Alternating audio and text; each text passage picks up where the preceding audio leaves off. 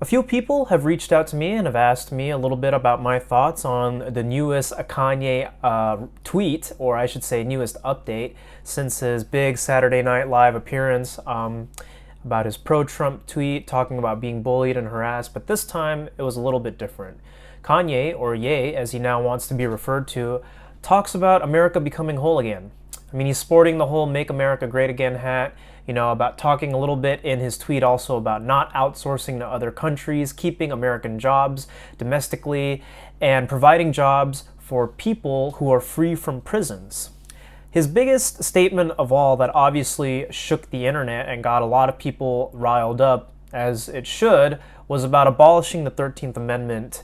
And that is where Kanye and I will actually disagree. Now, I've already talked a little bit about Kanye West. I spoke about him a couple of days ago in the events following his Saturday Night Live appearance, and how I'm very supportive of him speaking his mind, being an A-list celebrity and somebody in that mainstream who is clearly speaking his mind, talking about his beliefs.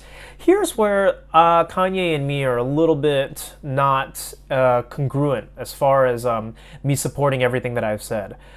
For the most part, I support Kanye's music. I support him as a person, as an individual. However, when it comes to specific tweets, sometimes when it comes to mentioning something like the 13th Amendment, abolishing slavery, which he then clarified later that what he meant to say was amend, and obviously he went into a detailed explanation with TMZ as to what he thoroughly meant, talking about how slavery never ended, about how there are people who are enslaved in jail making, 8 cents an hour or a week working in jails. And that's where I disagree. I don't think that the 13th Amendment in any way, shape, or form needs to be amended. I think that the Constitution right now, as it stands, is fine that the way that it is. I think that there could be some better conditions to be made when it comes to how prisons are being run in this country. However, when we talk about prison as a whole, as far as what it provides to people, which is essentially safety when it comes to the outside world, or weather, or 3 meals a day, there are some people who would argue that the prison system, as far as that aspect is concerned, is something that is fine, that doesn't need additional changes. I feel a little bit otherwise, and I won't get into this whole topic about my views on prison reform, or anything like that. What I want to talk a little bit more about is Kanye's specific statement about that.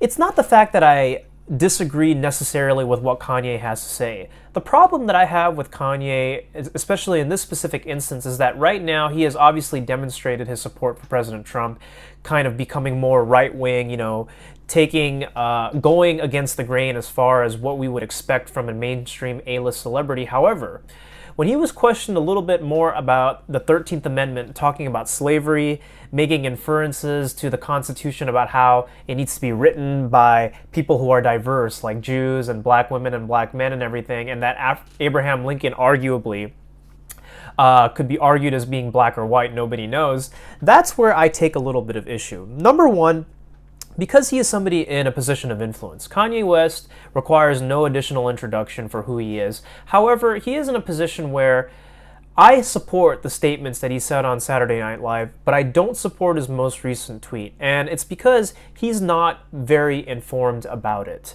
And I don't mean to call Kanye West out specifically for this, but this is one of those examples where when you talk about the 13th Amendment and you're not really sure where your thought is going, where your point is going, as it was clearly outlined in his TMZ interview with Harvey, that's a problem. Simply because a lot of people who look up to Kanye are just going to support and blindly follow everything that he says. And in a lot of instances, whether they be partisan or otherwise, people like hearing that. Kanye is essentially now just somebody who speaks his mind.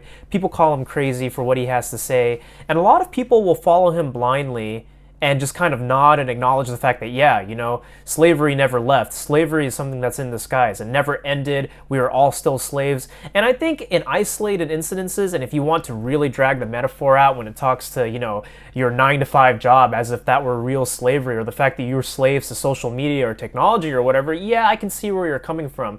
But talking about amending or abolish the 13th Amendment, No, I disagree. I don't think that's something that needs to be touched.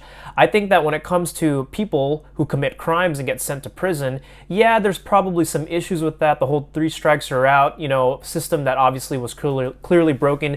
People who ended up in prison and had no right to be there, or people who were, falsely accused or innocent and were charged with crimes that they did not commit. That's where I understand that prison is not necessarily something that I support in that regard, and that it does need some additional reform in that matter.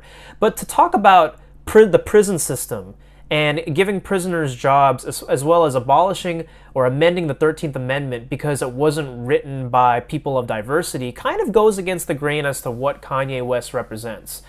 And unfortunately, when he was asked to clarify a lot of his statements, he couldn't really talk about it, almost like it wasn't a fully formed thought. He kind of just said, we're not scholars, I don't really have any ideas on this. Abraham Lincoln, could have been either black or white. That's where it's a little bit more, well, it doesn't sound like Kanye is fully confident in what he has to say, nor is it a fully formed thought.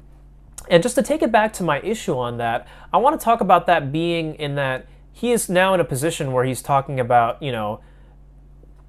the fact that he can't express his mind and he can't talk about how he really feels, which was already demonstrated with his support of Trump. But the problem here is his misinformation. Now, don't get me wrong. I've already said this. I support Kanye West as an artist.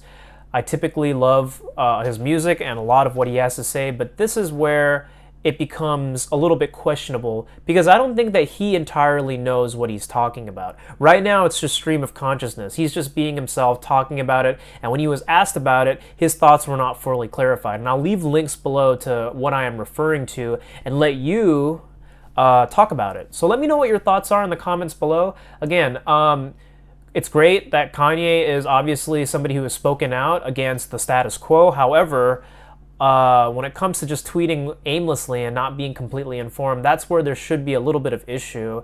And you can't always take things to heart, no matter how big of a Kanye fan you may be, because this has nothing to do with being a Democrat or being a Republican.